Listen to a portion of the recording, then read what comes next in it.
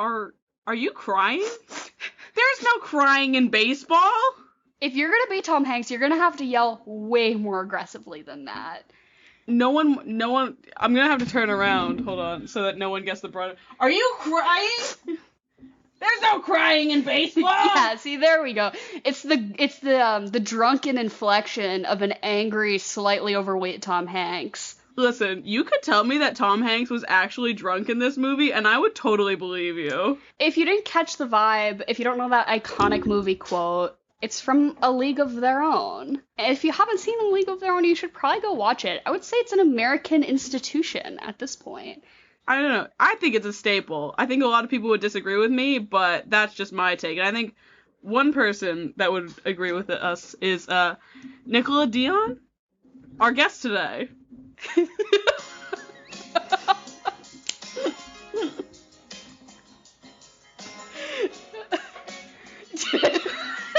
Hello. I must say, I feel like I'm tripping because I listened to this. Oh my god. And now I'm in it. Well, we're so happy to have you. Yes. Our guest this week is one of my longest friends I think I've ever had.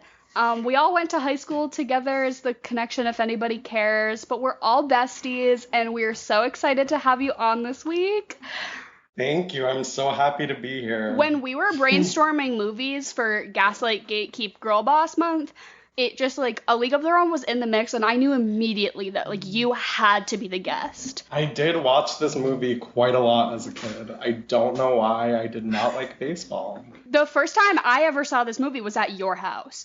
You were like appalled that I had never seen it, and you made me sit down and watch it. So I owe this movie to you. So I remember that day because I think I bought it for $1 at Salvation Army or something on DVD, and I said we have to watch this tonight. It's gonna happen.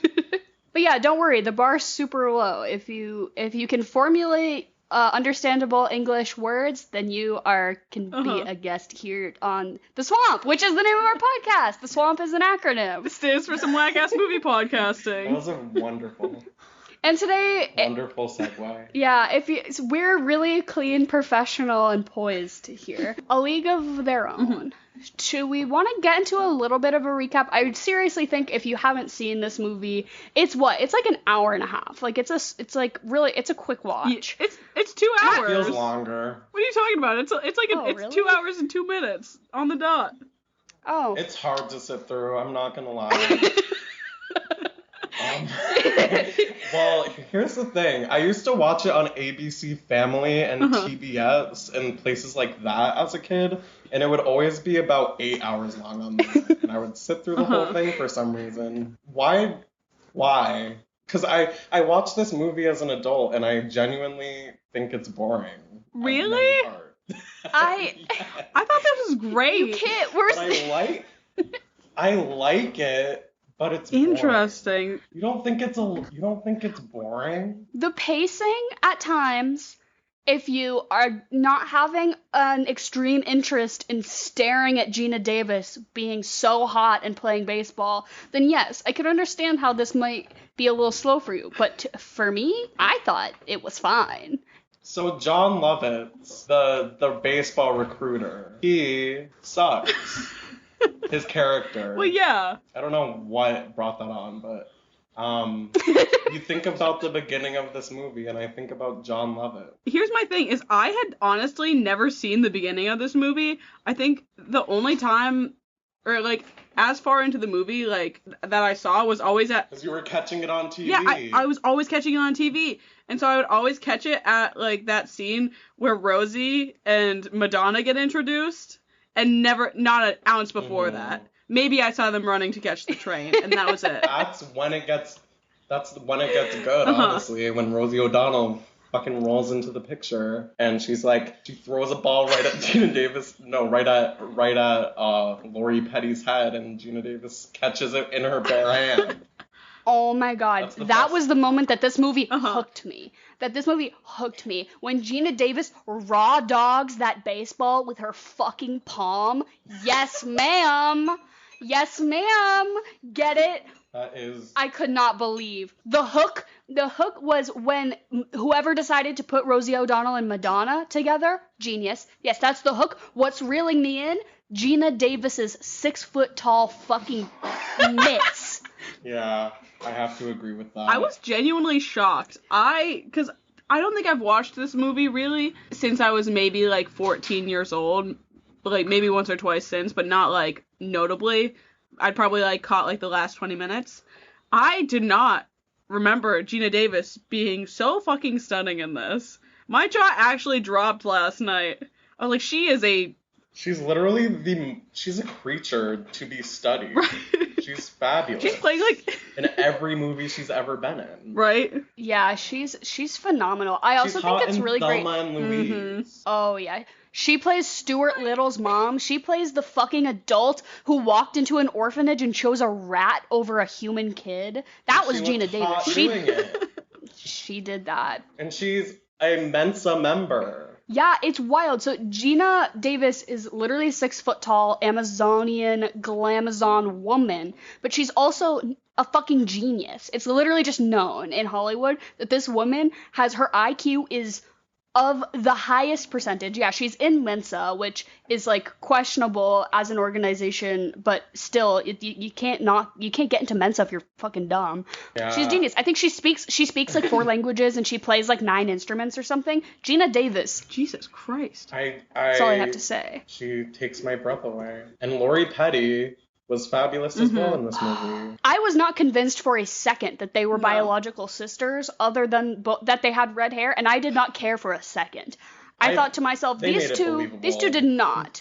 They did not come from the same sperm, but maybe the same womb. You know, maybe they're half sisters. That dynamic that they were playing up of the little sibling. Yeah. That's why I didn't give a shit of the perfection that is Gina. Imagine if you were Geena Davis's little sister. Dude, I would be fucked up like Kit is too if I was Geena Davis's little sister. Like I'd be just as mad as her. The way they walk up in there and they're like, "You suck so bad at baseball. We would never for a second consider taking you into the league." And then Geena Davis is like, "Well, if you take me, you have to take her." And they're like, "Fine." And then she's literally their starting pitcher, like. She's like one of the best on the fucking team. Makes no sense. But also, Kit is a little bitter bitch about it, like the entire time towards Dottie, and I'm like, you wouldn't even be there if it wasn't for her. So you gotta chill. I have a hard time liking either of them with the dynamic they have going on. Like, obviously, I like Geena Davis because it's Geena Davis, but like, I'm not rooting for either of them particularly. I'm more so just rooting for Marla. Yeah, Marla, exactly. And she gets I would die for Marla. I would die for Marla, and I would die for Marla's dad. Marla is the unsung hero of this movie, and she comes in at the very beginning, almost. John Lovitz, the asshole I was discussing before, don't know his name in the movie. He rejects her from his scouting because she's not pretty enough, but she clearly destroys 5 windows in the weird concert hall they were playing baseball in. Yeah. Why the fuck are they playing baseball inside? It was raining. I get it. And it was for the drama of it all, and sure, to smash all those windows. But yeah, I could talk about Marla all day. I love her. I feel like, so this is getting into a little bit, we should do a recap. We're doing some summary. Yeah, we should do a little recap. If you haven't seen A League of Their Own, as it hasn't really been hyped up per se, maybe just listen to this recap and then you can listen to the episode, because I maybe agree this isn't a movie you have to watch if you haven't seen it, but I still had a good time. As somebody who doesn't like sports, I still really liked this movie. It's my favorite sports movie. Yeah, right. Especially baseball. Like, what baseball movie is there that's good other than this? Us 3 are not the council to decide that, I don't think, by any stretch, but I think that's a fair statement. Field of Dreams? But it's about sisters. Kit and Dottie. My girls. And that's Geena Davis and Lori Petty. And Geena Davis is the older sister, and she's really good at baseball, and Lori Petty's the younger sister, and she's also really good at baseball, but she's just not 6 feet tall, basically, is the situation. And she has a little complex where she's the little sister. And even though she's like 40 years old, but it's okay. And they live on a farm in what, Oregon? Something like that. I think. Yeah, I think. And this, I think Oregon. it is the I'm going home to Oregon. crust. It's the crust of World War II. So we're just getting into it, and we're doing that whole women can have jobs now because the men need to go fight the Nazis, which is how feminism was born. And so this man who is like supposed to be like Hershey bars, right? He's like a candy guy. He's like, I think baseball is so important in America that it needs to continue to happen, and so I will employ women. And so he starts a league of baseball for women, and it is their own league, some would say. And so this baseball recruiter man, who clearly there's some beef on this pod with a baseball recruiter.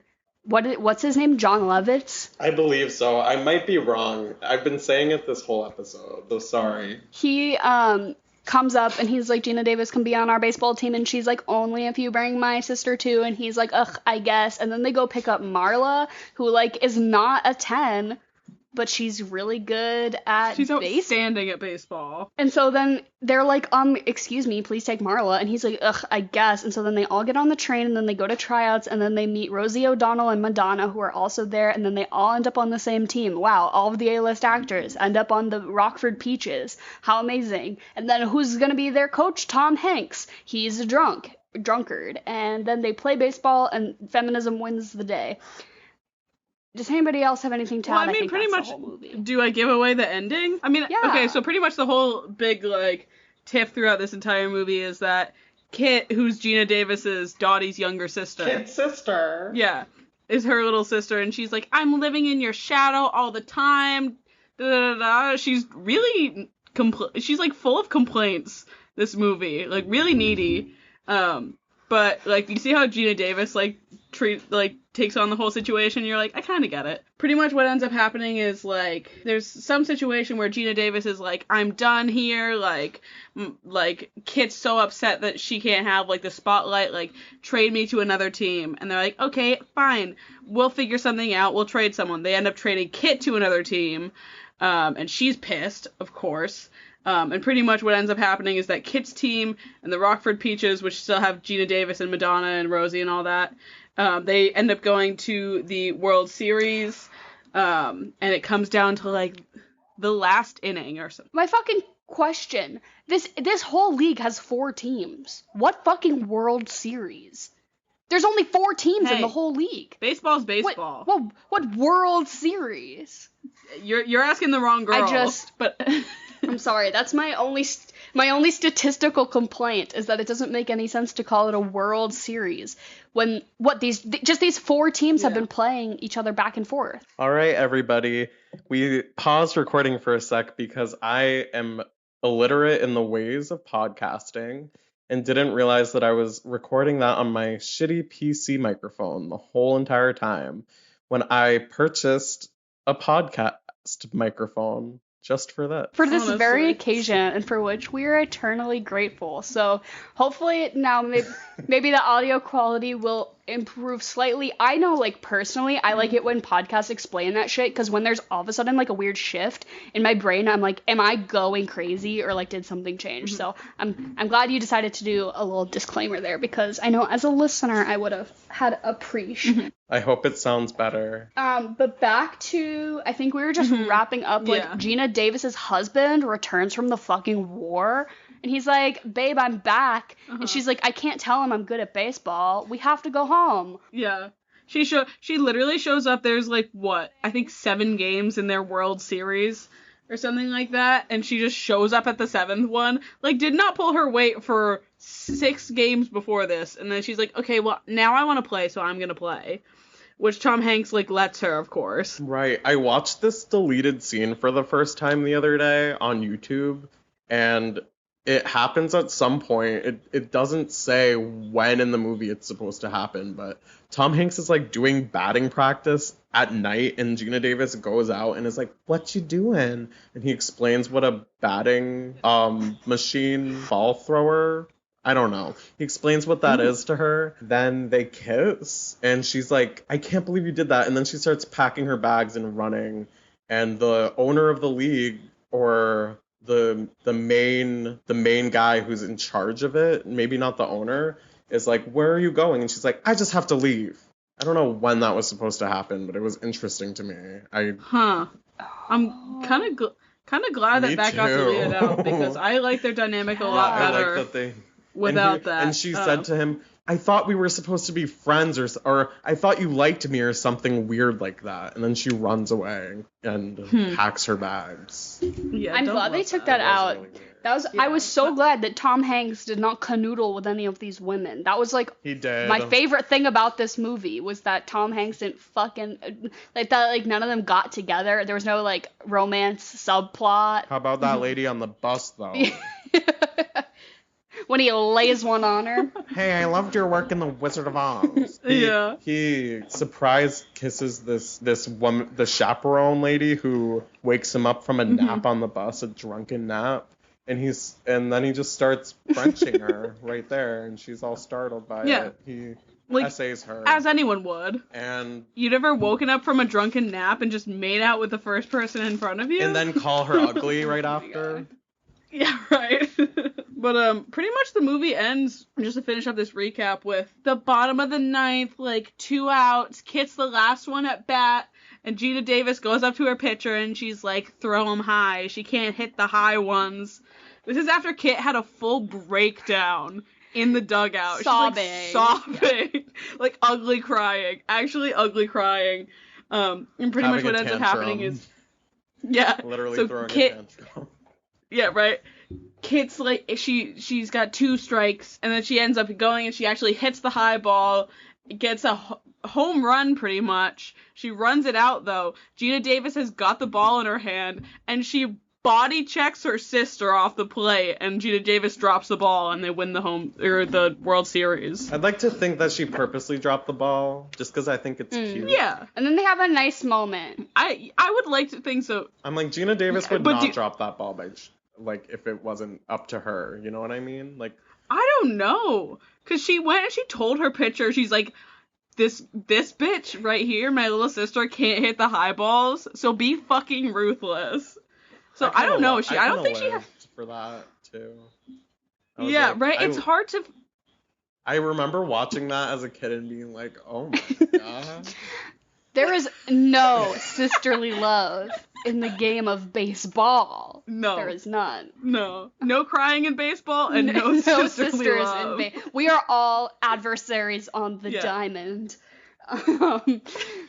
But then, okay, but then they, like, have this moment where Geena Davis is like, I'm gonna go home and have babies, and then Kit is like, sounds great, I'm gonna play professional baseball, and then they're like, okay. No, she says, you miss this too much. But then Geena Davis is like, I gotta crank out some babies, like, ASAP, because you never know when another war's gonna come back around. So.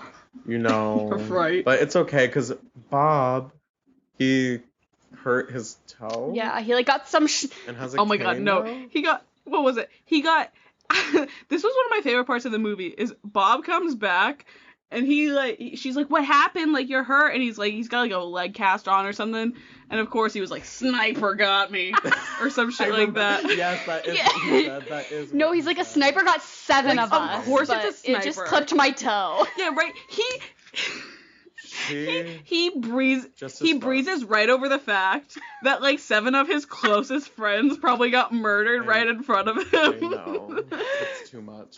Can we talk about how and he's like, but I'm glad to see you, baby. Can we talk about how stunning Geena Davis looked in that scene? Yeah. Just sobbing because she thinks he's dead. Right? And then she's, like, in her little lingerie from the 40s. Yeah, her little nightgown.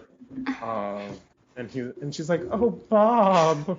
I don't know. And she was like, don't look at me. I'm, like, ugly right now. And he's like, you're the most beautiful woman I've ever seen. And I was like, yeah, you're right. I'm like, correct. Me too, Bob. I'm feeling the same way. No, it's too much. It's so funny that she's like, oh, I look horrible.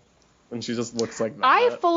This movie is based off of, like, true events, right? Because there actually was the All-American Yeah, it was like the Nice. All-American Girls Baseball League or something like that. Like, it was a real thing. There were actual Something like women that. who came in and played baseball when World War II was happening, whatever. If this was fucking... But it's historical fiction. Yeah, obviously... Wouldn't you say? Rosie I O'Donnell... don't think Dottie Rosie and- O'Donnell wasn't there. Yeah. Dottie was a real person. Oh. She was actually like the best player in the Really? league. Yeah, she was a real person. So the director of this movie, a woman, women by women, we love to Love see it. it. Penny Marshall. Yeah, Penny Marshall, and she saw a documentary about this baseball league and about this person, Dottie, and she was like, I'm gonna make a movie, and everyone was like, sounds great, we'll get Tom Hanks on the phone. And so, but this was a real thing, and I think that if this was true, Hadn't they worked together? Big, she directed Big, yeah. Mhm. Which is... I randomly know that. If Geena Davis was fucking alive in the 1940s, looking the way she did, playing professional baseball, they would have painted her fucking face on every aircraft, that face, Geena Davis's fucking gorgeous face would have taken the world by storm, simply. I am to believe. As it should have. I think it would have been on a dollar Yeah, bill. they- probably. Do you think they were playing baseball in full mug like that? Yeah, right. They had them fully, like, in lipstick, like, the hair curlers out, because their whole thing was that, like, they still wanted women to be, like, fuckable. So they were like, you Women? have to go to charm Yeah. school, and you have to act like a lady, and also when you're playing baseball, you have to be, like, wearing a skirt and have, like, you need to look nice. Which, I guess that those costumes that they had them wear were pretty historically accurate and were made of wool, and they filmed this in the dead of summer. And so these women, all of them did their own baseball stunts. So they all, in order to get cast on this movie, they had actual softball, like baseball. What's auditions for sports? Tryouts. They had tryouts, and they were basically like, if you can't, like, at least play baseball to a reasonably, like, believable level, you can't be in this movie. Except obviously not like It showed. Geena Davis doing the splits was not real, and her, like, catching the ball with her hand, like, that they used body doubles for, but all the, like, shots of them, like, playing games and stuff, like, they fully had day-long shoots where they were just like, we're gonna play through, like, 50 games and just film all of them. That's And so all of fucking their sick. injuries, are real too. So whenever they're, like, bruised up or, like, dirt and, like, scraped up, that was real too. That one girl. With the huge bruise on her leg, that was real. Yeah. That poor girl. Yeah. Oh my god. Can we talk about the I just- charm school that they went to? Yeah. So they had them all go to And charm school. Madonna. Oh my god, it's so sexy. Madonna eye fucking the guy from the league, whatever. But Madonna's just eye fucking him. And it's so funny. Every man who's not Tom Hanks He's is my- just the same to me in this movie, to be honest. Fair enough. I had never seen the dance hall scene with So Madonna good. in it. I was gonna bring that up too. My jaw genuinely dropped. I had to leave the room. When I watched it last week for this to rewatch it for this, I remembered it being like 10 minutes long for some reason, and it's probably like 1 minute. It was. No, it wasn't. No, it was. I feel like it was No. shorter than I remember. No, it was like Yeah. like 5 minutes at Of the very Madonna least. swing dancing. Madonna was Oh my God, stunning. every second. Here- I wanted my- more. Am I greedy? Here's the thing. Is my favorite part of it was like Rosie dancing with her because it was great. It was outstanding. Rosie flipping that dude over her back. Right? Oh my god. Like but like the one like little tidbit that I really love detail wise is like Rosie's telling the story of how like her and Madonna met, like and she's like, "Oh yeah, she was a dancer at my dad's club and I was the bouncer." I know. I love them. I want a movie about.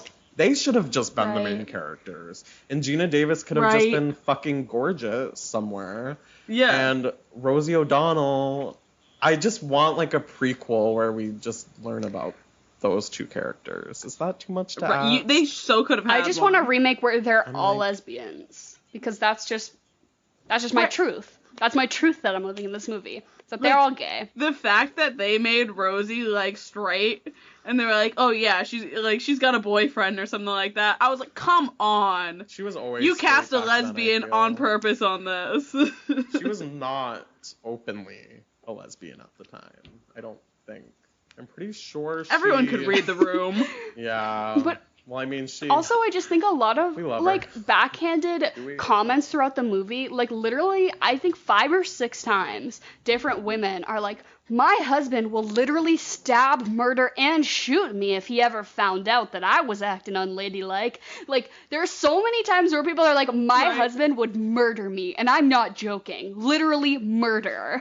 Like, and I'm just like, oh my god.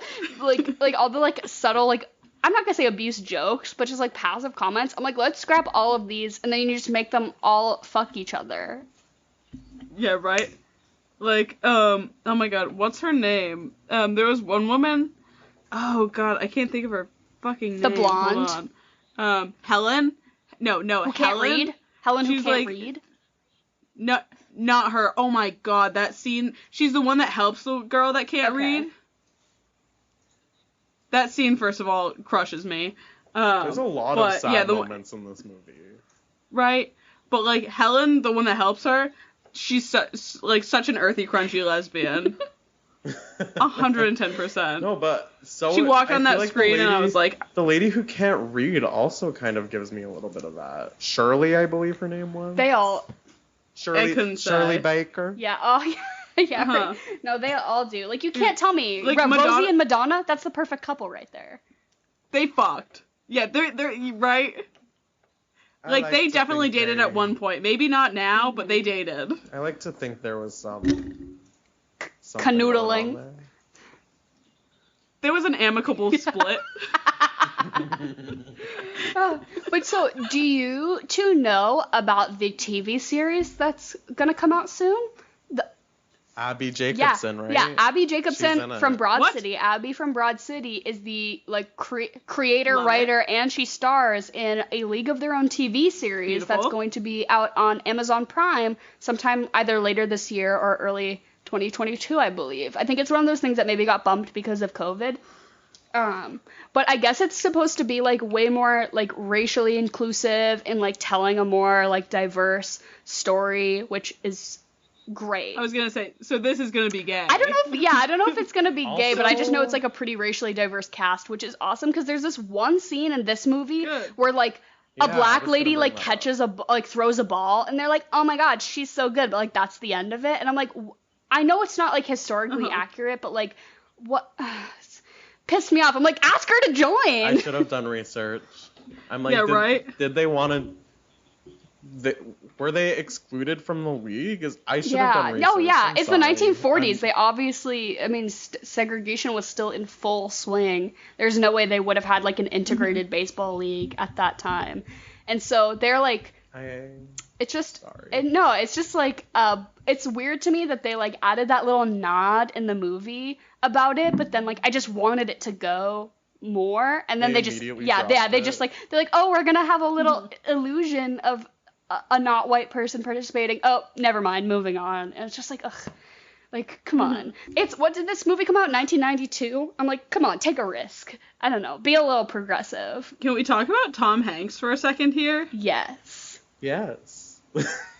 Here's my thing, is that they made him look drunk this entire movie. Like, you could have told me that they told him, like, day of or, like, maybe night before. Like, you know when, like, you wake up super, like, bloated and just thick looking after you, like, drink a lot? He looked exactly like that. You know what I mean? Like, they told him, they were like, Tom, we need you to go slam a 12-pack the night before and then show up to, like, he's got, like, a 5 o'clock call time or some shit like that. Yeah, You know right. what I mean? They made him look So haggard. I actually have a fun fact related to this, is that Tom Okay. Hanks gained 65 pounds for this role, and he said, so 65. and so he was like, I think I'm Was this right after, like, Castaway or something like that? No, it was before. It was it was like more than 10 years 1992, before so that. It was after. Like, how the fuck? but so 65 pounds, so though? basically This is before Forrest Gump. yeah, because that was 1994, I believe, That's or so 96. weird to me. But so he basically was reading the true. This was a true story, and this guy who was the coach was a real guy, and he was a little bit older. And Tom Hanks was like, I'm kind of like the same age as like these girls. He's like, so is that?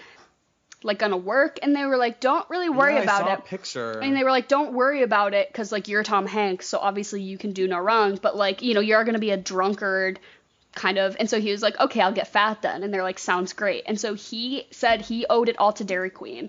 And this was very much in my favorite movie fact is how Ryan Gosling used to drink Haagen-Dazs because he was going to be the dad in The Lovely Bones. And he was like, I can't be a dad, I'm way too hot. And so he would just microwave Haagen-Dazs pints and just chug them to try to gain weight. And then he was like, it couldn't be me. And he dropped the role, and then they gave it to Mark Wahlberg.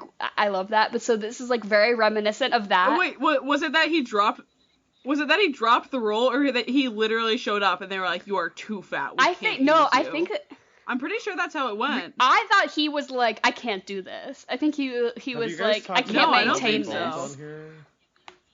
I don't think so. That makes that fact even worse.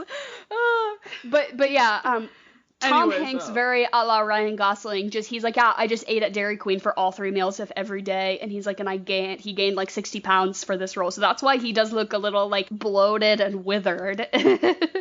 He looked kind of hot to me in this movie.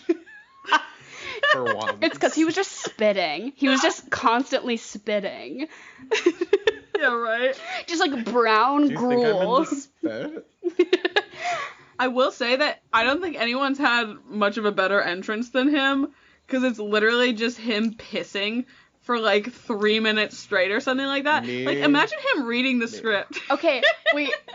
Imagine just reading the script and being like, oh, they want me to like piss like forever. I have another fun fact. So the director was over in the stall next to them with a garden hose, like making the pee sounds. And, like, they did that, like, practical, like, live. And basically she was like, I'm gonna make this go for, like, way longer than anybody is expecting. So it was a full 53 seconds of piss. And I guess, like, Tom Hanks was kind of like, oh, is this still? And everyone was like, is he still peeing? And they just thought it was so funny that they kept it. But so you had like the 53-second long pee scene. That was a practical effect done by the director. So we love to see it. I love that. Sometimes I go a full 9-hour day without pissing at work. I just forget. And then I'll come home and I'll do that exact thing. I think I could confidently play Jimmy Dugan in the reboot. Abby Jacobson, hit me up. I love one of the girls.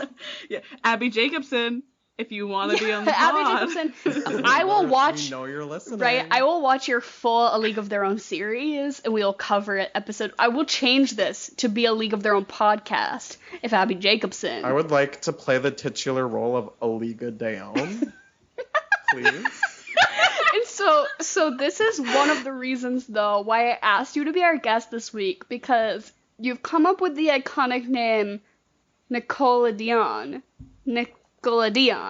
which is, yes, but you also have come up with the alias Aliga Dayon. I have to give credit where credit is due. My roommate's mom, actually. Aliga Dayon is great name. The drag name that my roommate came up with. Great drag name. And her mom inspired it. Informally, you're Nikola Dion, and our friend Carrie, your roommate, is Aliga Dayon, yes? Yes. I love that for you. Is. I love that the first thing that somebody says to Tom Hanks after he finishes pissing is, boy, that was some good peeing. Yeah. Dead. I think that was Doris. Wasn't it Rosie? Or maybe it was Madonna. Yeah. I don't know. No, I think it was Rosie. That was some good peeing. Another thing I love that Rosie says is, what kind of a thing is that to say? When they're like saying that they're gonna close the league, she says, what kind of a thing is that to say? And I just like it. Similarly to like last week, we talked about how fucking Ben Affleck was just like doing his thing, like they never gave him a script for Gone Girl. I think they never gave Rosie a script for this, and this was literally just her riffing and making it up on the spot. Good. That's partially true, Emily. You aren't wrong there. I guess her role was about half the size it actually was in the movie, and the director has a really strong Long Island accent. And Rosie O'Donnell was one of the only people on set who, like, fully understood what she was saying at all times, because she, like, also has that accent. And so because they just had such a good rapport back and forth, they just added a bunch more scenes for her. And they were just like, yeah, just, like, fuck around. Just, like, say some funny shit in your funny voice, and we'll put it in the movie. And so she just about doubled her own role by just, like, having an in with the director. I used to walk around repeating that. What kind of a thing is that to say? It's like one of those things that, like, no one's in your house and you just say it out loud to yourself kind of thing. Or if somebody comes out of pocket to me, I'm like, what kind of a thing is that to say? And they don't understand the reference, but to me, it's funny. I love the other thing about Rosie's character that I have a note about is, imagine being Kit, tiny little Kit, insufferable little Kit, and thinking that you could go and take on Doris in a fight. Yeah, when they fist fight, you are delusional. There is a... Can I add on to that and say, imagine being in your 30s and acting the way that Kit acts. I think she was supposed to be like 18, right? She was supposed to be very young in the movie. I perceive. She's supposed to be 18. I perceived it because I think Geena Davis was just about marriage age, which in the 40s was like 21.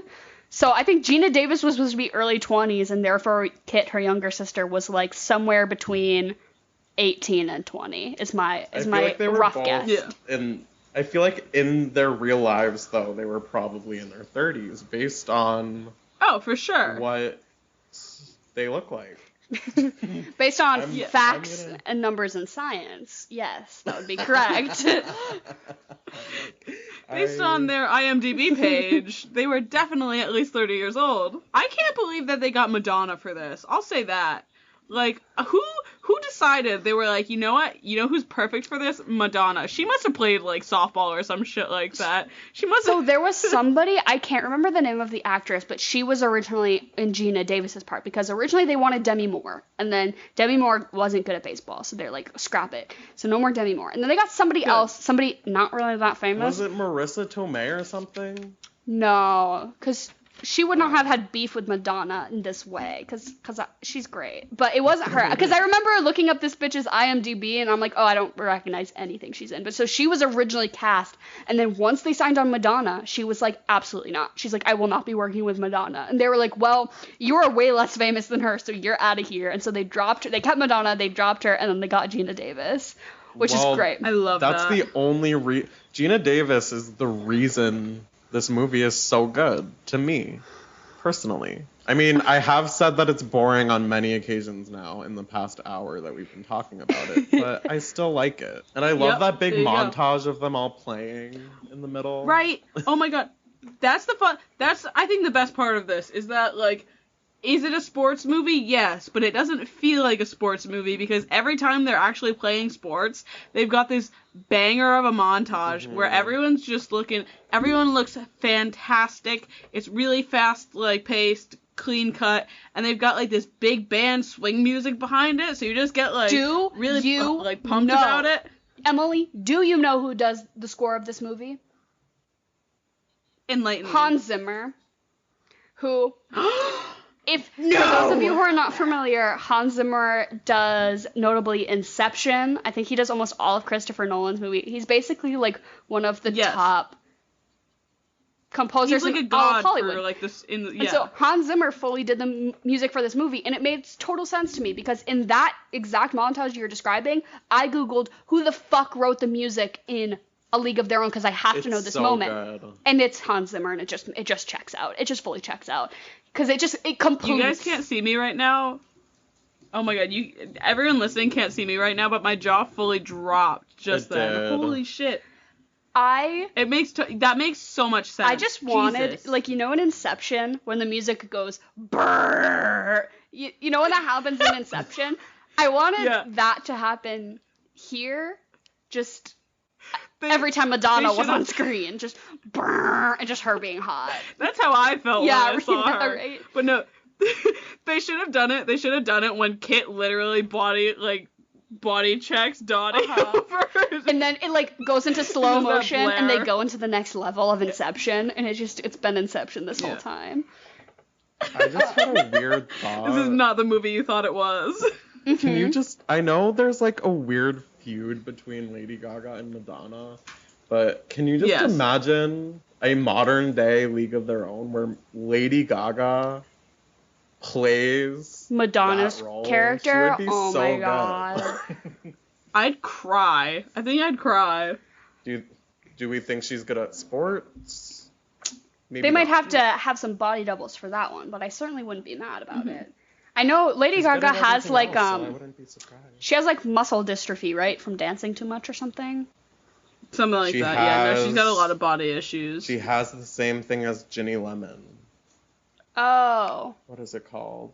I don't know. Fibromyalgia. Fibromyalgia. I love that clip of Wendy Williams saying, "If you're struggling with social anxiety, I kind of feel sorry I for feel you." bad for you. Okay, quick question, because I said this to one of my roommates last night and he thought I was insane, but does anyone think that Kit looks kind of like Ellen? Like, she's got Yes. Ellen eyes. Yes. Right? So, Have you I don't seen know- her in Orange is the New Black? Yeah, She I was looks gonna like say, Ellen. I don't know if you're familiar with Lori Petty as an actress, but in Orange is the New Black, she plays, I believe the character's name is Lottie, and she plays kind of a mentally unhinged patient. She has shaved white hair, and she wears big kind of Mr. Magoo glasses, and she comes in around... That's her? She comes in around Yeah, season that's 2 or 3. her. That's her. Oh my god. Mhm. I did not. Holy She's shit. a great character actor. Yeah. Yeah, she really is. Jesus Christ. I did not realize that was her. But she got the role in this movie because she was so good at baseball. She wasn't really like super A-list actor or anything. She didn't really, but when they were doing these like baseball tryouts for actresses during this movie, she was so good.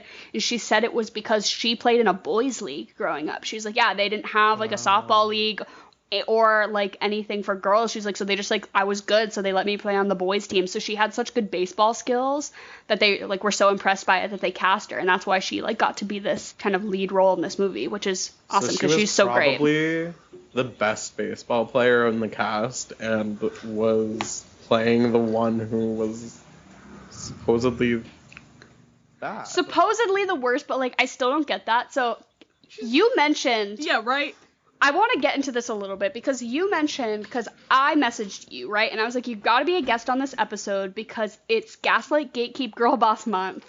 And we're going to do a League of Their Own. I don't know what that means. Did we go over what that means yet? No. So Can we? the origins, Like, please explain this to me. I'm dying to know. okay, so if you need a little bit of meme history, it's currently like a Twitter, I'm going to say primarily on Twitter, but it originated on Tumblr, as a lot of memes often do. And somebody on Tumblr You said, did your research. today's agenda, Gaslight, Gatekeep, and most importantly, Girlboss was the original post. And that kind of blew up and people were reposting it all over Twitter. And then it just kind of got shortened down to Gaslight, Gatekeep, Girlboss. And I would say it is of the forefront of meme culture, at least for the past, like about a month ago. We're a little late to the game. Yeah, no, I'd say, yeah, like, between a month and, like... 3 months. A month or two. Yeah. I remember hearing month, it 3 months. a while ago, and I just said, "Oh, I know what gaslight means." You made a great But then point, though. I You're like, didn't is it those Ray Dunn Marshalls mugs that say, like, don't talk to me before I've had my coffee? And you're absolutely right. Yeah. That's it's just what I choosy. think when I hear girl boss. I think about marketing. And you're right for that. As you should. You're simply right for that. But I want to defend our choice for this movies because as we were like going through our options, Emily, your roommate like shouted from across your apartment like a League of Their Own, and we were like, oh yes, that works. That is like something to be highly considered, and I would say that the strongest element here is Girlboss. These girls are playing sports, which is very boss of them. And they're killing it. But a man is still bossing them around. Actually, I take that back because Jimmy Dugan is He's simp garbage in the beginning. And Geena Davis is actually the coach. We stand. This is pretty much. This is true. I don't understand why those girls don't just bludgeon him to death with their baseball bats. Like, he's shit garbage. I'm like, you could literally, I think Geena Davis could snap his neck like a fucking twig. I'm like, why don't you? Why don't you, girl? Yeah. But that's the most prominent element we have. And then we move into our secondary element, which I believe to be gatekeep. Because that's the sport of baseball. Has been gatekept by men. And they're finally letting the women have their shot. Right. So it's like, and it's sort of like they're trying to change the rules and change like the whole thing about it. Like, oh, they have to wear dresses, they have to be pretty because it's women. So that's the whole gatekeeping thing to me. It's like they can't just be playing baseball. It still has to be like lady baseball. In meme culture, what is gatekeep supposed to mean? It just sounds gatekeeping.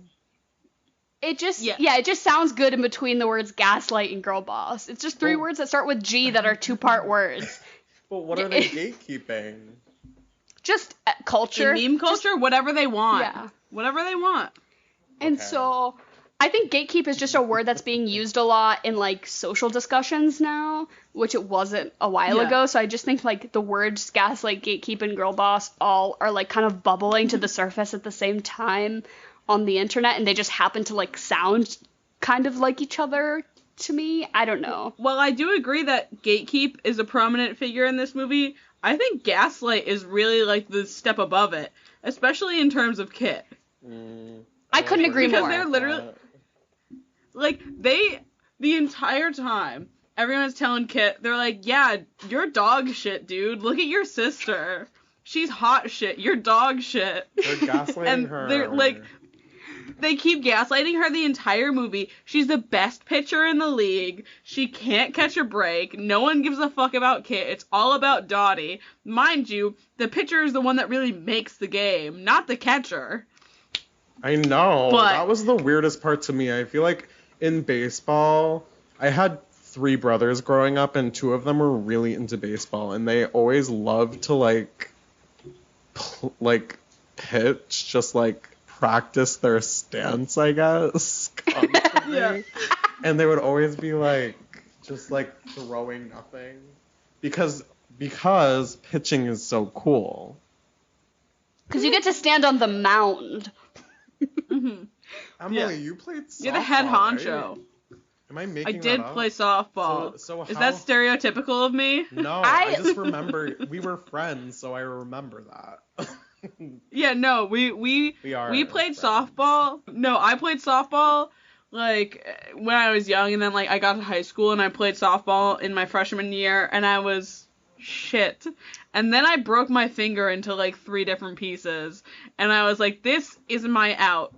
I'm done. I kind of remember you breaking your finger. But you of the 3 of us are closest to this movie in subject matter, so you're the closest reference we have. Maybe when Jen comes back, my mom fully played softball all the way through college, so maybe Jen has a speaking of, there she is. Oh my god, so good. Perfect timing, Jen. Yay. We were just talking about you actually. No, there is no such thing as a professional softball league. Like, there wasn't then. I don't think there is now.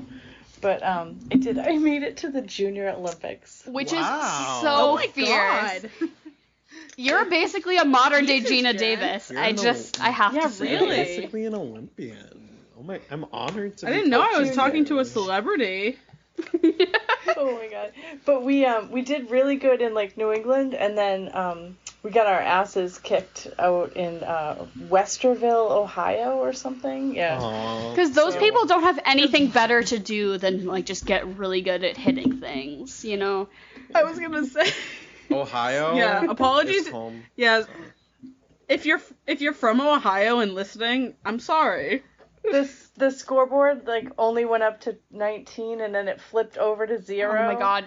They lapped you. They fully lapped you. They scored 20. It was like 26-0. But for a hot second, it looked like it was back to 0-0. Christ. That's a hard day. But I will say that softball girls are just a fun group, and like like I can see like that movie how it had like the camaraderie and like the different personalities and stuff like that. You know? related? You related to this film? This hit home for you? I saw that movie I saw that movie with my college friend Jamie, who did not play softball. He the movie. Did you fall asleep? Because this movie's kind of boring. It is slow. I've seen it a number of times since. It's really good. Right? I like it. I really enjoyed it. I never thought it was boring as a kid because I only ever watched it on TV, and I think the commercial breaks really helped it, even though it made it about 8 hours long. Mm-hmm. But I try to watch it now, and I'm like, this is kind of boring. I have seen it like probably 30 times. Okay, so we are back at it again with another Chocolate or Vanilla with resident host Jen. Chocolate or Vanilla is a game. Jen is my mother, if you didn't know. If you're not a regular listener, Jen comes in for this nice little segment that she hosts. And Chocolate or Vanilla, it's just two options are presented, and you simply say which one you prefer. And so, Jen, does this week have a theme? It does. In honor of the three of you, it is things that I love. Oh my god. That is so cute. Oh my god. I'm gonna cry. That's really nice. If I don't know what something is, I'm sorry. But I listened to this podcast, and I a lot of your options, I don't know what they are. I'll admit. Can't get my references. That's okay. You can just like wing a guess. Yeah, anyway, if it just simply just about verbiage alone, choose one. But you must choose one. All right, let's freaking go. All right. So chocolate or vanilla? Chocolate. Vanilla. Chocolate. And chocolate. Chocolate, vanilla, or strawberry? Chocolate. Vanilla. Chocolate. Chocolate. Okay. Okay, ready? A fun martini or a fun coffee drink? Fun coffee drink, because here's the thing, is martinis are testy for me. It just can go too bad too fast. And a fun coffee drink, I don't know if you're referring to alcohol specifically, but I'm just thinking like coffee just as an alcoholic coffee drink. Yes. I don't drink much, but I love the drama of just holding a martini glass. So I'm gonna go with that. Love that. I'd have to say coffee drink, because I've taken a firm stance on this podcast that I'm not a martini person. I wish I was, but I'm not. Give me like another 2 years if we're still doing this, hopefully. Right, it's like your taste buds change every 7 years. Yeah. Like maybe we'll come around to martinis. Yeah. By the time the 47th James Bond movie comes out, Yeah. But like until then, I want to stand in a it's just not lounge it for holding us. a martini glass. I want a half orchestra, and I want to have my moment. Is that too much to ask? It's not. He is the main character in that moment. Yeah. All right, next one. Hiking or skiing? And by hiking, I just mean like walking outside on a flat trail, not like crazy hiking or anything. But so hiking or skiing? I will say, so am I allowed to take the alternative of snowboarding? Because I personally, I don't ski, but I do know how to snowboard. And I prefer to go downhill than uphill. And I find it takes much less bodily tension and effort to go down than it does to go up. I like to walk on a flat path because my legs hurt. I'm gonna second Kev on that one, because I don't know how to ski, I don't know how to snowboard, but I enjoy nature, and if it's specifically a flat path, like Jen said, I love this. then I'm so with that. That rush of serotonin from brushing against a fern. That's all I need. Yeah, right? I will say, I'll say skiing. Next one is thick cut onion rings or truffle fries? Onion rings. Here's where you got me, is you specified thick cut, Jen, and I just don't know why you had to do me dirty like that. But I prefer skinny fries, and I prefer skinny French fries. You know, I just don't want it to have too much meaty. You want a crunch to it. So like an onion ring, when you bite it and then you can slurp the whole onion out of it like a straw, not for me. Like, I get that it might be for you, but it's simply not for me. I like all onion rings. It's got to be truffle fries, even though a truffle fry that is too aggressive can sometimes tip on the side of not desirable, but I would rather have an undesirable truffle fry than an undesirable onion ring. Is my stance. So here with you on that. Like, I feel like I've just had enough encounters with onion rings where they're not as good as they can be. You know what I mean? They're always just like a little under par. So and every time I have truffle fries, it's an outstanding experience. I recently bought truffle oil for the first time in my life. Felt like a real adult. Oh my god, changed my life. Was it really expensive? Yeah, it was like $20. Oh my god. We all like me and my roommates all like chipped in for it. We're like, okay, they're like, are we gonna pull the trigger? Are we gonna get truffle oil? I guess so. So yeah, no, truffle fries for sure. Nice. I'm gonna go onion rings also. Next one Yes, Jen. Next one is any reality show on MTV or Hallmark Christmas movies. Reality show. Yeah, absolutely reality TV for me because reality TV is insufferable, but I will admit it's my guilty pleasure, and I do consume it. I enjoy it. You have nothing to be I love guilty it. about, girl. Right. Well, I just can admit that it's bad. Like I know that it's bad. It's but good, like I still though. love it. I love it. I'm gonna have to take a similar stance and say reality TV. Specifically, I loved in its heyday Are You the One on MTV. That was probably my favorite one. I know you guys. I know you guys show. are big like the challenge people, but Are You the One was my shit for a while. Next one is ding ding ding. Here's my triple. Woo. Ready? The Moana soundtrack, the Brother Bear soundtrack, or the Tarzan soundtrack. Oh. So, don't you dare fucking do this to me, Tarzan. Jen. But I'm gonna have to stand my ground and I'm gonna have to say Tarzan. I will say though, Brother Bear, I will rank, if you're gonna rank all Disney soundtracks, like I'm putting it so far up there, but it is behind. It has to be. Is Brother Bear Like, not also Phil it Collins? is. Or It is am I also. making It that is, up? yeah. If you watch this movie, A League of Their Own, and you close your eyes and you just imagine that Rosie O'Donnell is her character in I Tarzan, forgot she was in it just that. made like her voice to me literally belongs to the character Turk from Tarzan. So like every time she's on my screen, I just close my eyes and I just picture a little baby monkey, and it just checks out. So everyone said Tarzan. Yeah. What do you say? Yeah, same. I love them all though. Next one is getting a plain bagel with fun cream cheese or getting a fun bagel with plain cream cheese. Fun bagel, plain cream cheese, I guess. I agree because in this situation, I just immediately equate this to like everything bagel, plain cream cheese, or a plain bagel with like chive cream cheese or like veggie or like something like that. And I just will inherently always order an everything bagel if that is my decision. Like if that's an option to me, I will always pick everything. When you said fun bagel, I immediately think of the bagel place around me. If anyone is in like the greater Hartford area, they need a good bagel place, go to Isaac's Bagel because Jesus Christ, it's the best bagels I've ever had in my life. So like I think about my go-to bagel there comparatively to the cream cheese, which is always like chive or something like that. But the go-to bagel that I always get is a garlic Asiago bagel. And it is fucking outstanding.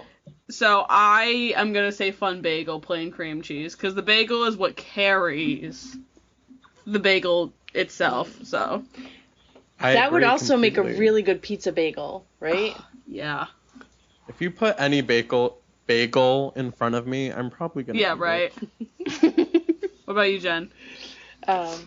I will say I like a plain bagel with some fun cream cheese if I have the choice. But yeah, you're a veggie cream cheese kind of gal to me. Like veggie cream cheese. That is some good shit. All right, next is trivia or a fun music mix. I love trivia. Yeah, no, I'm gonna have to agree with you there. There's just something about trivia that's so fun and so interactive, especially like with friends and everything like that. Like, trivia feels like a fun thing you can get into at any age. Like, me and my friends are looking for, like, a good trivia place to start going to do trivia, and then, like, I'll be home and my dad will be, like, doing, like, Zoom trivia with his friends and stuff like that. So I think trivia is for everyone. I'm gonna have to say trivia. Trivia might be for everyone, but to me, someone who is dumb, not stupid. I prefer the music option. Because This one was really hard for me to pick because I do love both, but I am going to say trivia. Next one is Darren Criss or Taron Egerton. Oh. I love these two men. I love these two men. But they can do no wrong. Jen, I think so. Actually, for anybody who wants a little bit of insight, my mom's contact photo in my phone is of Darren Criss. It's just a photo of Darren Criss. And every time she calls me, who is Darren Criss? He plays Blaine on from Glee. Or yeah, remember Kurt's boyfriend on Glee? Oh yeah. He's also American so Crime talented. Story.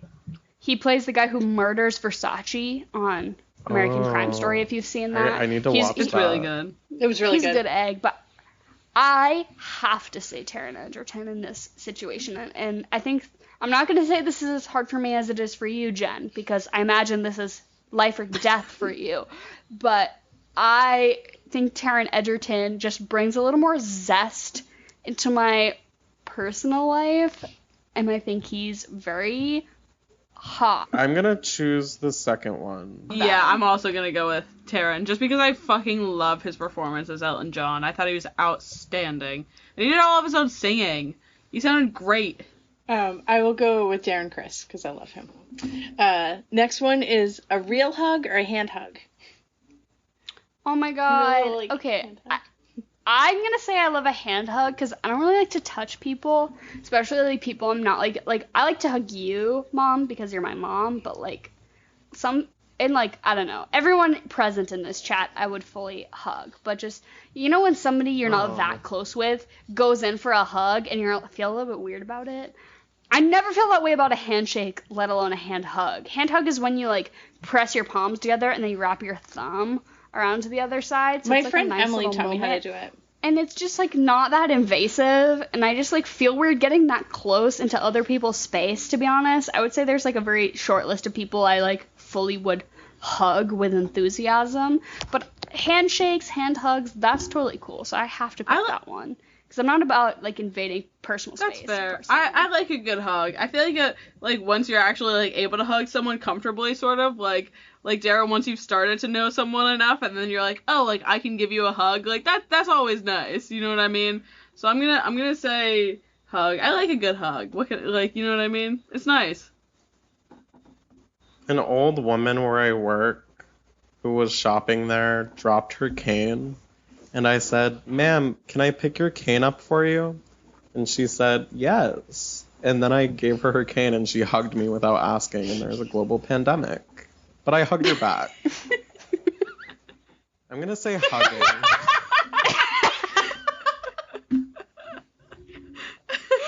I really love that for you. She was really happy I asked if I could. She said, "No one ever asks." And I said, It's just polite. common courtesy. Yeah, it's just common courtesy. You don't touch people or their things without asking, simply. Exactly. Maybe she should have asked you before she hugged you, though. She was senile. If you're listening, ma'am, hello.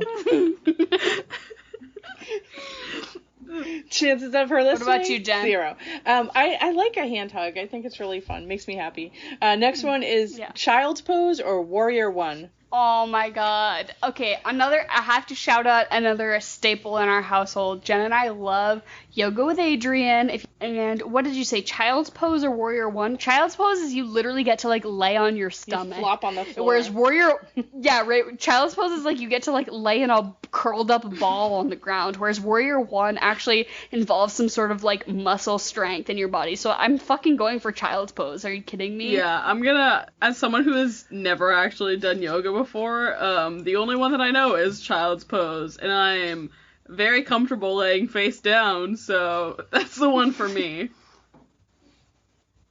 I choose Jacobson. Yes, I love Shavasana! Where you lay on the floor at the end of your workout. I love that. I'm gonna go. What about you, Jen? I'm gonna go with Warrior 1. I love to be tall and strong. That's Girlboss. That's very Girlboss of you, Jen. Okay, next one. is Christmas trees. Do you want your Christmas trees with white lights or colored lights? I love Christmas trees. Okay, colored. I mean, Yeah. I think either way's fine. Not anyone listening can see, but all of you on this Zoom can see. I've got colored Christmas lights all around my room, and they make it so fucking cozy. There's just something that feels like a warm hug about, like, colored Christmas lights. So I'm gonna have to say colored Christmas lights. Oh my god. I'm gonna go with colored as well, specifically all orange, because I think I'm gonna go for that look this year, like a Halloween themed Christmas tree. I love My roommate who moved out took her Christmas tree.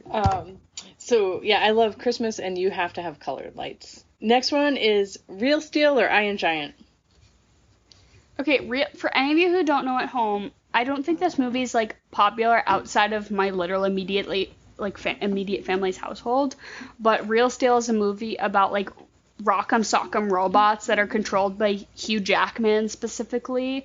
It's just, like, was this action movie that came out in, like, 2008 or something that literally nobody but my family saw. So I guess I just have to pick that because, like, family roots, I guess. But, like, I completely understand if nobody else has ever seen this fucking movie. I've never heard of it. I'm gonna go with Iron Giant. Yeah, I'm also...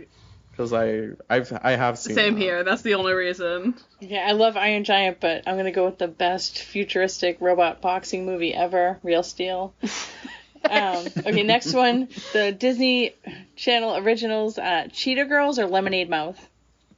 Cheetah Girls. Yep. Cheetah Girls, Cheetah Girls, Cheetah Girls, Cheetah Girls, Cheetah That was Girls. fast. Yep, Cheetah Girls. Because- Lemonade Mouth could never. Specifically, Cheetah Girls 2 when they're in Barcelona. Oh my god, That song Strut. I love the first one. So When they lose Toto in a hole and he's just chilling in there and they're just like frantically trying to get him out, but like not really. Definitely Cheetah Girls for the sweep then. Boy bands or T-Swift? Taylor Swift could annihilate any boy band who's ever existed. I'm sorry. Any boy I just have to band? say it. I love a good boy Name band. One Direction. I do love a good boy band. Backstreet Boys. But what about a girl? NSYNC. What about a girl? I don't think it's fair to pair Taylor against a group. I think it is. I think Is she it? can hold Do you her think- own. I wasn't, like, I was, born in 1999, so I didn't really get, like, the 90s, like, groups, like, boy bands kind of thing, like NSYNC or Backstreet Boys or anything like that. But I was here for One Direction, and I did not hate it. But also, like, considering, the Beatles were literally a boy band, and I'm a little whore for the Beatles, so I'm gonna say boy band. I'm gonna say boy band too. Think about BTS. Yes. Well, they're huge. They're giant. I don't know Yeah, any but they're songs by massive. them. I just like them. They're like one of the biggest stars, like, or groups in, like, the music industry today, if not the biggest boy band that's ever been. I think that Yeah, they vocally would destroy Taylor Swift. Last one, going to the movies or seeing a Broadway show? Okay, that is, like, literally incomparable I knew you were gonna because say that. those are literally two things. No, I can easily something answer that costs something that costs $15 versus something that costs $150. $200. So I'm just- isn't it an easy answer then? I think it's going to the movies. You No. can do it anytime you'd like. It's so accessible. I think I regularly have a better time at the movies because I get to do it so frequently. Every time a good movie that I'm excited to see comes out, that I get to see it for I'm not going to say the movies is cheap because it's not, but like the low price of like what $20 for like tickets and snacks or whatever, versus Broadway is like a special thing that I have to segregate my time for. But I love going to the movies. I'm gonna have to say going to the movies for this one, although I love both things. I've only ever seen one Broadway show, and it was life-changing for me. What show? And I was 7 years Which old. one? It was Hairspray. Ooh. And I was 7 years old, and it really changed my life. And Emily and I just made the same face at the same time, and it was mouth and an O with aren't you eyes so Yes. jealous? engaged. Did you see? I am Was so Matthew jealous. Morrison still playing Link at that time? No, but I will tell you that Hilary Duff's sister, Haley Duff, The underappreciated Duff. She played Amber. Oh my god. The daughter, and also somebody else was in it who's famous, and I don't remember.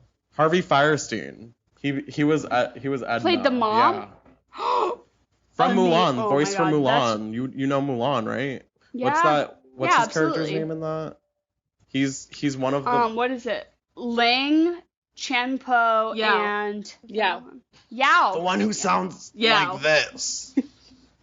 This is just my reference, so Jen will know who that is.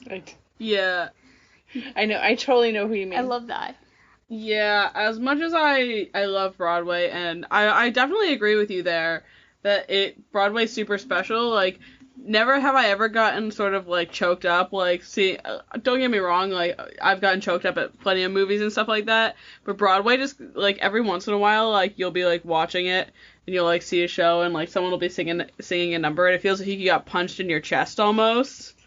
That's the best way I can describe it. Yeah, because they're just so good. Yeah, but I, similarly to Dara, as a regular moviegoer, I'm gonna have to say the movies.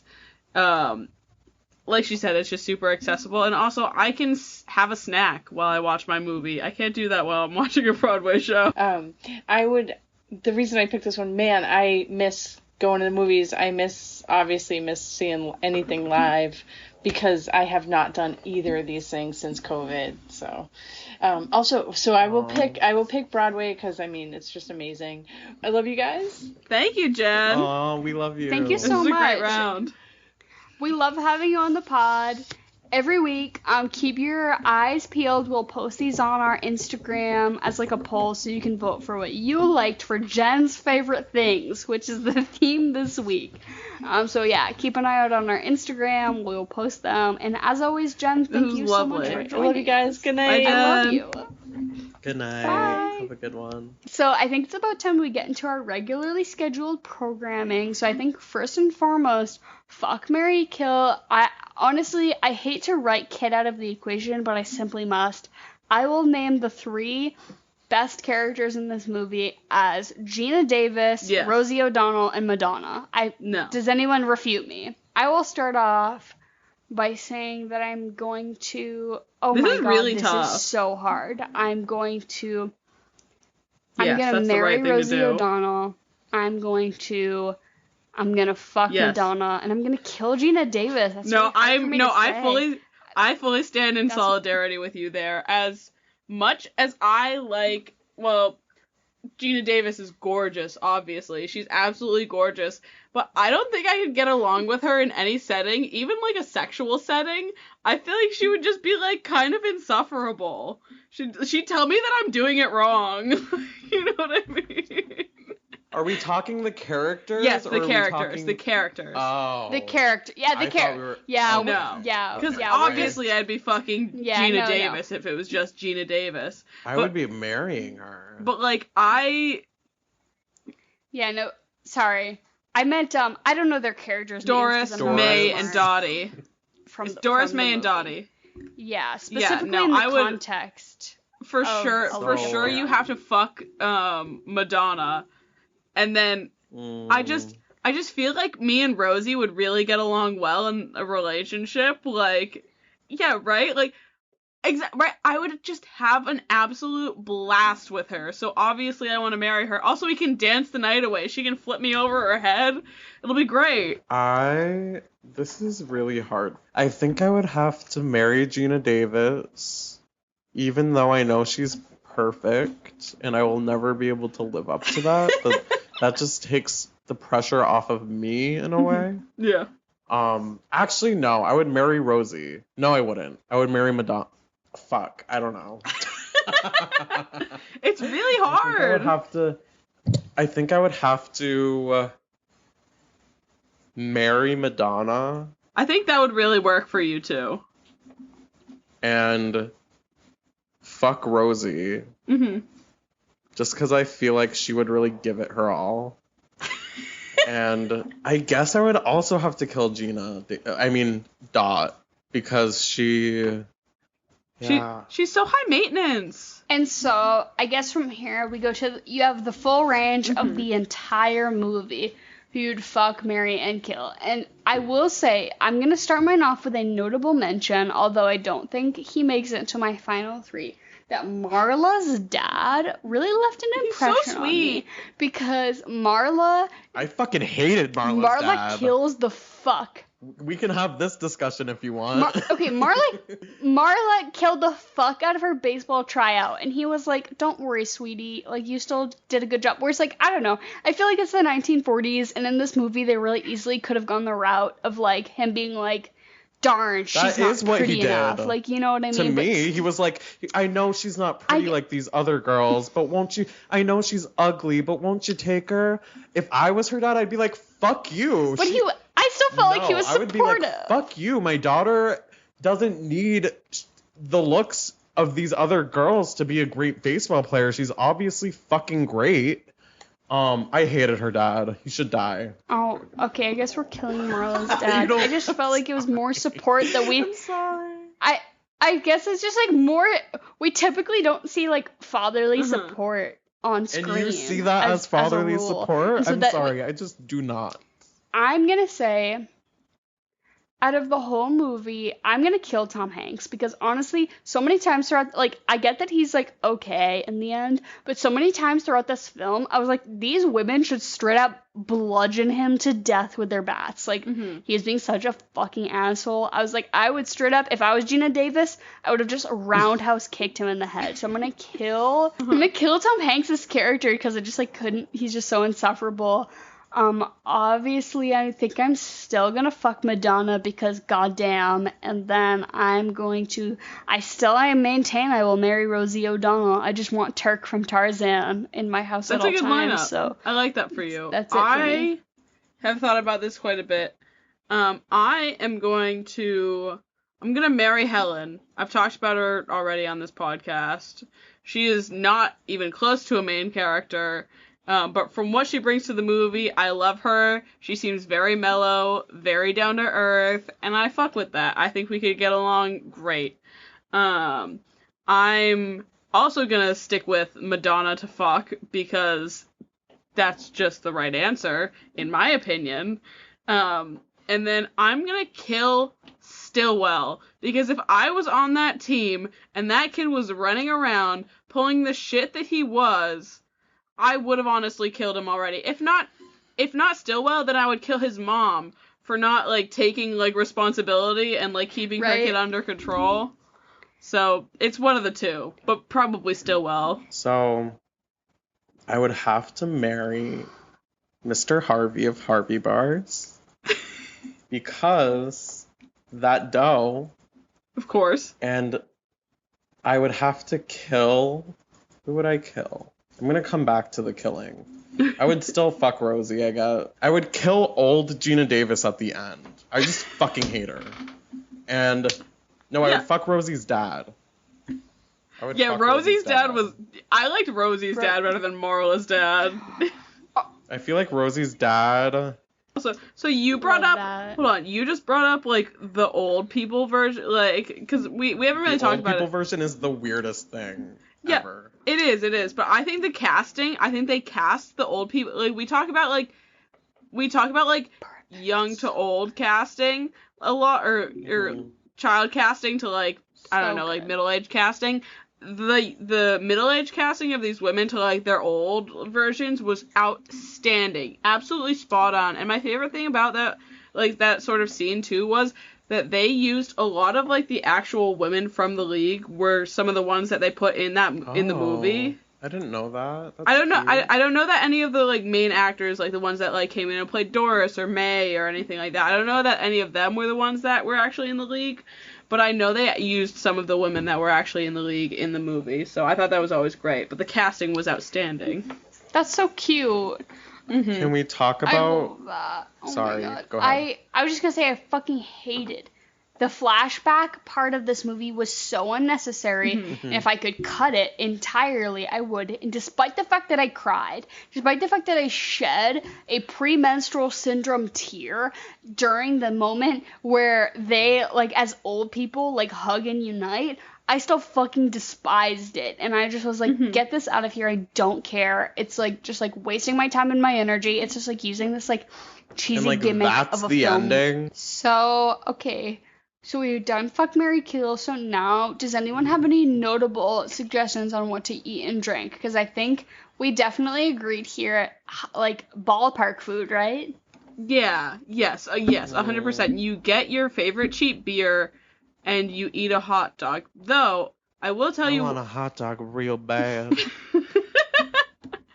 I will say, and one of my roommates told me this recently, a hot dog, every hot dog that you eat, there's been a study, I think it was like a Harvard study or something like that, or some fucking prestigious school study, that was like, yeah, for every hot dog that you eat, it takes like 30 minutes off of your life.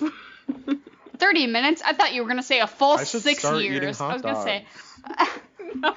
I thought you were going to say a full 6 years. That's a significant amount of time, though, for one hot dog. I'm a little slut for a hot dog. But I would say any sort of, like... I don't know. If someone offered me a hot dog right now, I might eat it. Yeah. Any, like, ballparky food. Now that I know. I would say, like, pretzels, even. Just, like, get a good old bag of pretzels. Or, like... Oh, you know what would be good? Would be so good is if you get, like, okay, because I'm not going to tell you to make your own pretzels. That's a lot of work. Go buy, like, some oven pretzels or something like that, some soft pretzels, and then you make your own beer cheese, because that's really easy, honestly. So I say if you want to do a little bit more work than just a hot dog, get some pretzels and make some beer cheese, because I think that is a solid option. What would you recommend to follow this movie up with? Okay. I've got a recommendation for this. And I was thinking long and hard about what to follow this up with. Because this is I think this is a pretty fun movie. I think it's pretty heartfelt as well. A bit of a feel-good movie, if you ask me. But I remember during COVID, like during like lockdown COVID kind of thing, I watched this. It was a newer documentary. It was called A Secret Love, and it's about these two lesbians who they've been together for like 60 years or something like that, and it was one of those things because back then you couldn't be like openly out and all that stuff. But I remember that one of these women in this great relationship was actually in the All-American Girls Baseball League. So I think that you followed up with that because I don't think this movie's gay enough. So I think you followed up with something gay and something that is historically true. And I just think it's a good documentary. It's a little sad, but it is also heartfelt, and I think it's one to watch. So, I love that.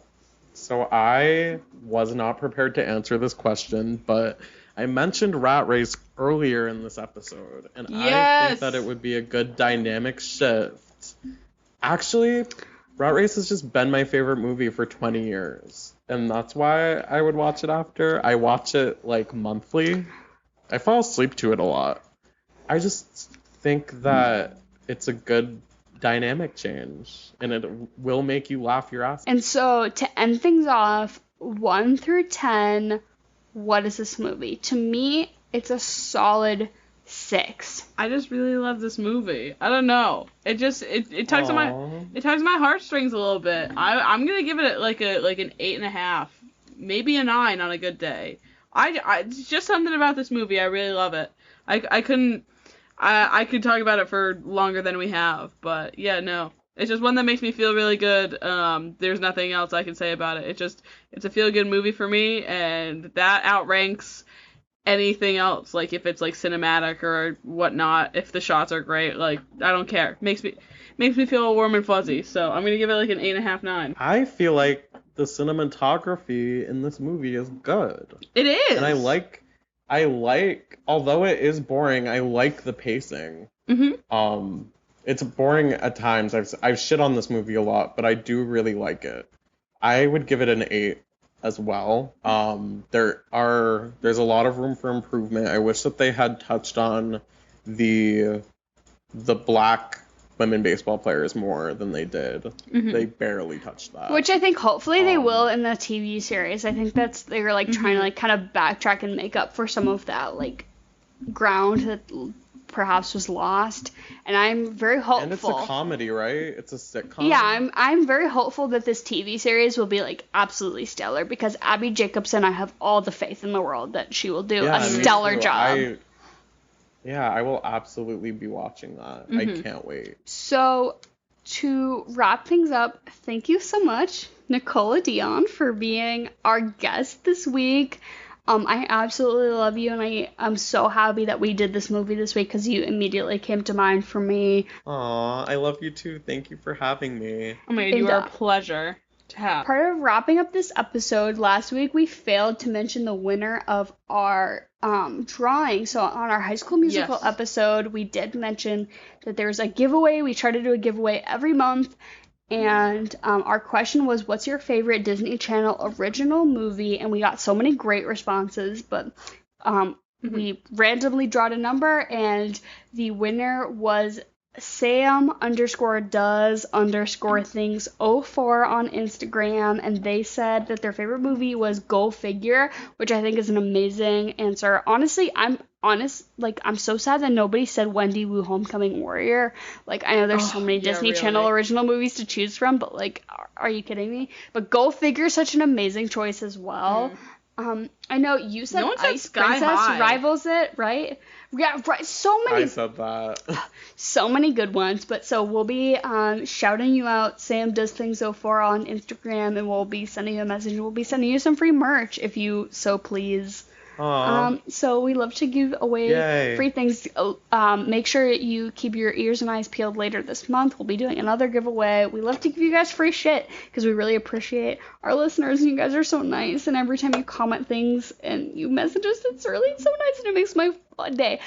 So like I said earlier, keep your ears and eyes peeled for Chocolate or Vanilla on our Instagram, upcoming probably sometime this weekend. Anything you ever want us to cover, just like feel free to DM us. We absolutely love getting DMs, even if it's not like super relevant. Like, we're doing Gaslight, Gatekeep, Girlboss month, but if it's like not within that theme, like, don't worry, we love all of your recommendations. Any movies you think we should watch or cover, please DM us. And make sure to follow us. All of our links are in the description below. Instagram, Twitter, TikTok, website, email, all of that good shit.